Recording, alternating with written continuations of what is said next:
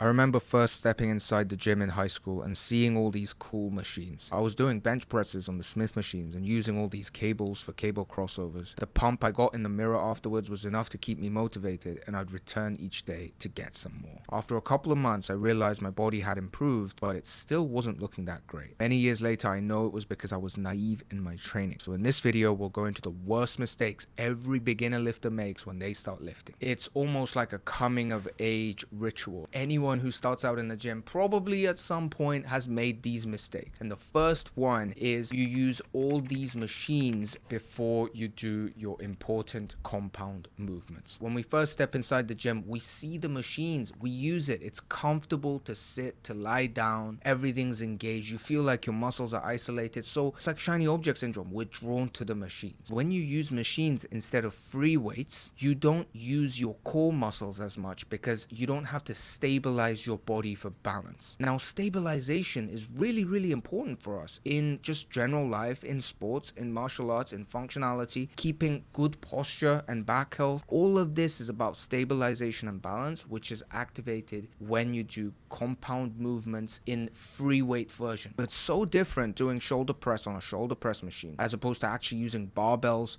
or dumbbells. And if you actually want to know how to build abs without doing crazy ab training all the time, instead of doing all of that, just focus on doing free weights, compound movements. That will actually kill two birds with one stone because it will always be working your abs because of the stabilization aspect. So of course, for instance, when you have an injury, when you want to actually add a little bit of volume without burning out too much of your mental energy, is it a good idea to incorporate some machine work? For sure. Machines were invented after all so that they can really isolate certain muscles and help you grow. So I'm not saying machines are bad, but it's certainly one of the biggest mistakes to start with the machines instead of the compound movements. You want to start with those overhead presses, those squats and deadlifts when your mind is fresh, when your body's fresh. Those are the biggest bang for your buck, and then add the machine stuff on the end. Get it?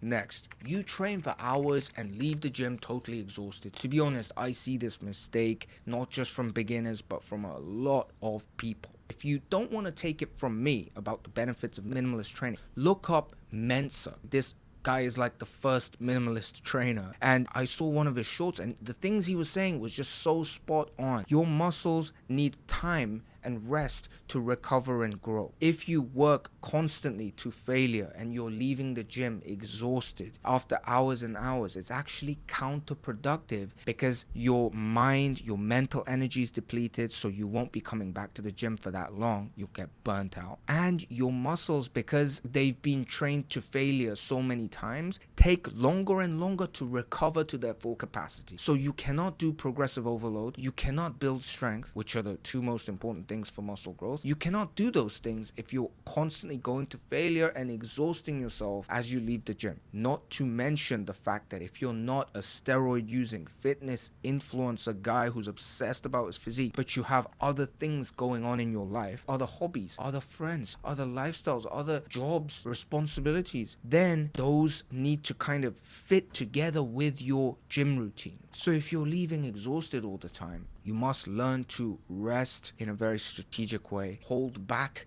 on the initial enthusiasm and motivation so that you can make fitness a part of your lifestyle rather than just like spurt of motivation 2 months on, 3 months off. Next, you try all kinds of fancy cool exercises and you switch it up all the time instead of sticking to the core fundamentals. Now, I want you to imagine something that you're good at. Let's say you're really good at boxing or you're really good at jiu-jitsu, and then some beginner comes and he's trying to learn from you, and instead of learning the jab and the footwork, he comes and he's like, okay, I saw this really cool like bob weave uppercut that Mike Tyson did, and I want to do that. And then the next time he comes and he's like, this footwork that Lomachenko does where he spins to the side, I want to do. What would you tell the guy? You would say, bro, you stand to gain so much more from learning just how to jab properly. So why don't you take that advice for yourself in the gym? A lot of people see these Instagram like influencers, right? They're like, oh, this is how you isolate the long head of the tricep. This is how you get extra ab motivation in the side. You get these striations on the side, like separation with the shoulder, do the upright. And you see this and you're like, his physique's good. He says this, so this is probably better than the shoulder press. So let me try that. Or you're in the more equals better mindset where it's like, well, I'll just do both. If I hit it from multiple angles, then my shoulders will be even bigger than it. No, there is such a thing called law of diminishing marginal returns. There's an optimal amount you can train in the gym in terms of sets, reps, and volume. Of course, this depends on your lifestyle, depends on your training age, but there is an optimal volume. Once you go over that, you're actually doing yourself and your muscles a disservice. So, going back to the original point, you must stick to the fundamental exercises, the free weight compound movements, the bench press, the squats, the deadlifts, the rows, bicep curls, the shoulder presses, the hanging leg raises. These kinds of compound free weight movements are what's going to build 80 to 90% of your physique. Do not get sucked into the temptations, and when you feel like you're getting sucked into those temptations, realize that you're leaving gains on the table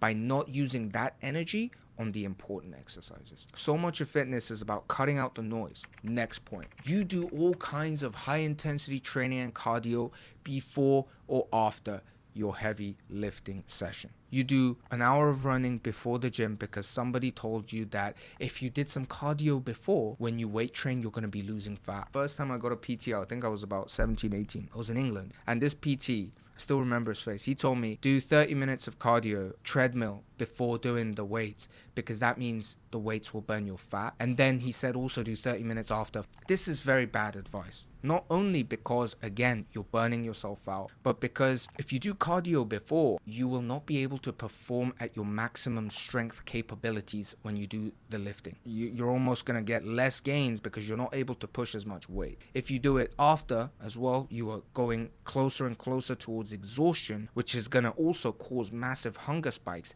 and lead you to eat more, which leads to the fat layer coating your muscles, and you never look good. Don't be doing cardio, high intense cardio before or after your strength training. Instead, leave hours of gaps between them or do them on different days. I do have separate videos specifically dedicated to cardio and things like that, so check it out. Also, if you're liking the content, hit the subscribe button, hit the like button.